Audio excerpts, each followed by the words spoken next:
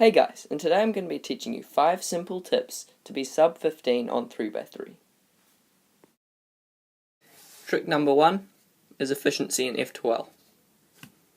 Lots of people do far more moves than is necessary to complete some cases. For example, this case. Lots of people do something along the lines of this. But a far more easy way to do this case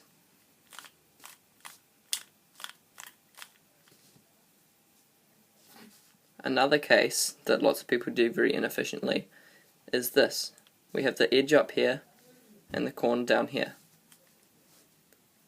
What lots of people do is something along these lines.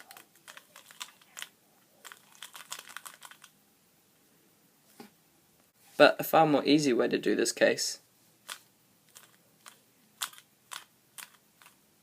is like that. For more cases like this, I'd suggest looking online. There's lots of good videos on this sort of thing. Tip number 2, which I'm sure you've all heard about a lot, is look ahead. It's kind of hard to teach, but I would suggest just trying to make your solves flow more. Maybe decrease your TPS and just try to have less pauses, slow solves.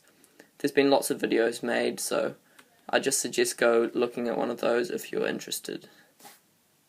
Tip number 3 is have an efficient cross.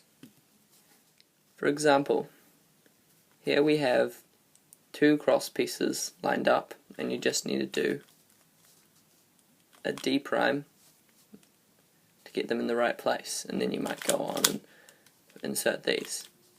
Whereas what you can do is, if you see this piece, if you put this piece down, it'll be lined up, so when you do the D prime it'll line up as well. And then after doing that, so then you can look ahead and see that if you do this you can line this up like that. So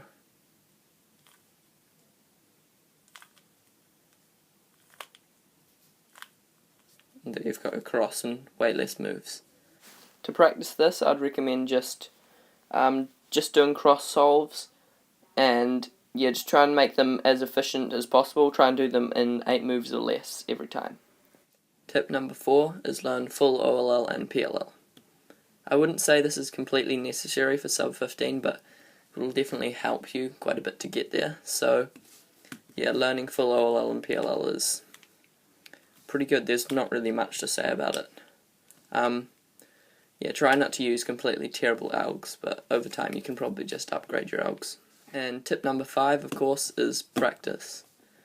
Nothing's going to sort of happen overnight just because you started using a new technique. You need to really get it into your head so that you can use it naturally in your solves without having to think about it too much. And then over time you'll slowly improve and your times will drop. Thanks for watching. Hope the video helped.